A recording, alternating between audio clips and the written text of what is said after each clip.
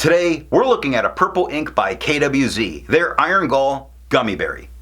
Hi, I'm Adam, and I'm an ink guy. I get inks, test them, and share the results with you. There's timestamps down below where you can skip around, but if you've got the time, I'd appreciate you checking out the entire video. Now you can follow me on Instagram as an ink guy, and if you like fountain pen ink reviews, don't forget to subscribe. To make sure I have a range of experience with this ink, I do the writing samples. I then put the ink into this Lamy All-Star with a broad nib, wrote with it for the day, and then used it to take my notes for this video. I standardized my first writing sample by using Clairfontaine, Tomoe River, and Rhodia paper on all of the tests that I do. I do use other papers, and some of those will show up later in the video.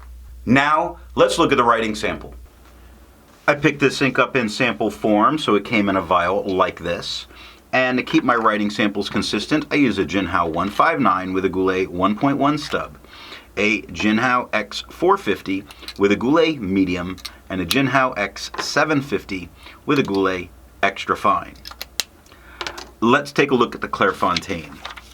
No bleeding, no ghosting. The 1.1 has no feather, spread, halo sheen. It does offer some very nice shading here. The extra fine is about the same tone as the stub. With no feather spread, halo sheen, there is a peppering of shading that's going on here, a fairly consistent peppering. 5 seconds to dry. Medium is the same tone as the extra fine in the stub. With no feather spread, halo sheen, still a fairly consistent peppering of darker spots. 7 seconds to dry. Scrubby for both, show no color variation, although we do get peppering of colors in the writing. Tomoe River. No bleeding, normal Tomoe River ghosting. The 1.1 has no feather, spread, halo sheen, very nice shading. The extra fine is the same tone as the stub with no feather spread, halo sheen, still very nice peppering of shading throughout with 9 seconds to dry. Medium is the same tone as the extra fine and the stub with no feather spread, halo sheen, still that very nice peppering of shading and 13 seconds to dry. The scrubby for both show no color variation, although we are getting some in the writing. And Rhodia, with no bleeding, no ghosting. The 1.1 has no feather spread, halo sheen, no shade. No, it has a nice shade. Look at KWZ, look at Gummyberry, look at the IG. There is very nice shading throughout all of this. A lot of the Iron Galls haven't had it, but we're getting into some that do, and this one definitely does. Extra fine is about the same tone as the stub, maybe just a hair lighter. With no feather spread, halo sheen, very nice shading throughout here. Not just a peppering, but truly some nice shading. Look at the word quick, look at the word over. They're quite different in tone. Over goes from light to dark. Nice brown starts from dark to light. There's very good. 6 seconds to dry. Medium is the same tone as the stub with no feather spread, halo sheen, but this has the peppering of shading again. 9 seconds to dry. The scrubby of the medium shows no color variation. The medium or the extra fine shows some left to right, but we do get some nice color variation in both writings. I agree with Vita that I've learned a lot by doing multiple chromatographies. The one on the left is done the way it's supposed to be done. I put a line of ink down and immediately put it into water for 10 to 15 seconds. And what we see here is we get this very nice kind of dusty purple color on the bottom and a bright purple at the top. And it's very interesting because it's completely spreading evenly. Now the one on the right I let dry for 10 minutes before I dunk it into water. And that dusty purple that's at the bottom is very much gathering at the bottom and starting to form a line while the rest is pushing its way up to that very bright purple. Now this one I let dry for 24 hours before I dunk it into water. The line at the bottom is a bit more solid and there, a lot less of this is pushing its way up. And we do see some water separation between that bottom purple and that very bright top purple. This one I let dry for 72 hours before I dunk it into water. And we see a very distinct two different inks. The one that stays on bottom in place and doesn't move, and the bright one with quite a bit of water separation between them that's moved up and is at the top of this filter paper. Resistance tests are done to see how well this ink can be expected to perform on the page and how hard it may be to clean from your pen. I let the smear dry for 3 days before testing it. Looking at the highlighter, I feel perfectly safe using this in a note-taking situation. It handled itself admirably. Yes, that extra fine went to about a fine, but it's easy to read and there's no blowout. Water is lifting that bright purple off, leaving that dark, dusty purple on the bottom of the chromatography here on the paper. Now, water didn't completely remove it from the paper, but it did completely remove it from my pen. Pen flush on paper did everything that water did and nothing more. But again, water got it out of my pen. And the 1/3 bleach solution completely obliterates it off the paper, but you're not going to need it. For the inks I've tested, I have found an average viscosity of 2.5, with the realm of normal being from 2.1 to 2.9. Now I'm going to link a video where I show how I test it and how I calculate the data. KWZ's Iron Gall Gummyberry has a viscosity of 3.19, making this a dry ink.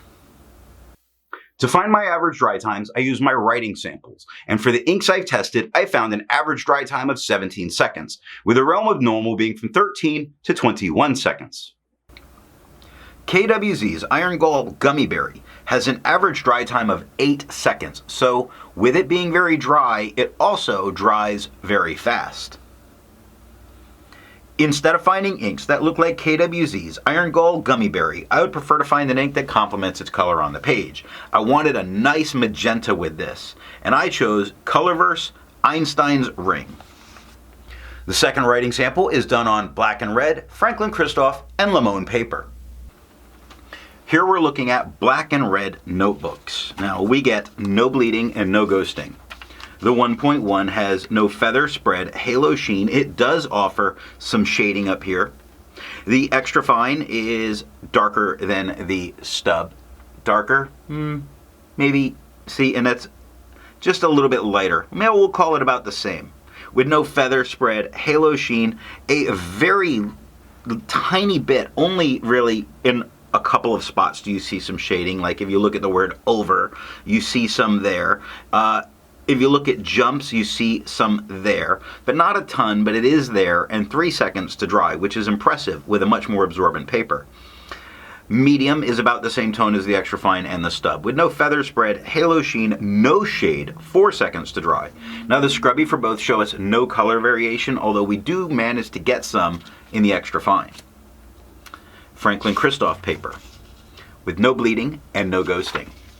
The 1.1 has no feather spread, halo sheen, spots of shading throughout. You do see it's there. It's not jump out at you. The extra fine is about the same tone as the stub, maybe a hair lighter. With no feather spread, halo sheen, it does offer a very nice peppering of shading throughout with 4 seconds to dry. Medium is darker than the extra fine, about the same tone as the stub, with no feather spread, halo sheen, no shading, 4 seconds to dry. The scrubby for both shows no color variation, although there is a nice peppering of it in the extra fine. And last up, Limon paper, which does, give me paper, there we go, which does have a lot of bleed spots that occur. Okay, much more in person than you're seeing on camera. A lot of bleed spots that occur. It doesn't touch the page underneath. It would stop me from using the back of the page in both the extra fine and the medium because it leads to an excessive amount of ghosting for me. The 1.1 has a lot of feathering the entire way through. It has some spread. No halo, no sheen, no shade. The extra fine is about the same tone as the stub. It does have some tiny feathering all over it. It doesn't have spread, no halo, no sheen, no shade, just disgusting feathers the whole way through. Really look at that word quick. It just jumps out. The word the it really jumps out. 4 seconds to dry. Medium is the same tone as the extra fine and the stub with lots of feathering. It does have spread. That medium goes to about a broad with, well, looking back at the extra fine, that goes to about a medium. So it did have spread. With tons of feathering all over it. All of it is feathered. It has spread from medium to broad. No halo, no sheen, no shade. 5 seconds to dry. Scrubby for both shows no color variation. We didn't get it in the writing, and that is all that I have for writing samples. So what do I think of KWZ's Iron Gall Gummyberry? This is a very cool looking purple, and when it shades to a very dark tone. I understand why so many people have enjoyed this one, and it's definitely worth trying. This looks amazing.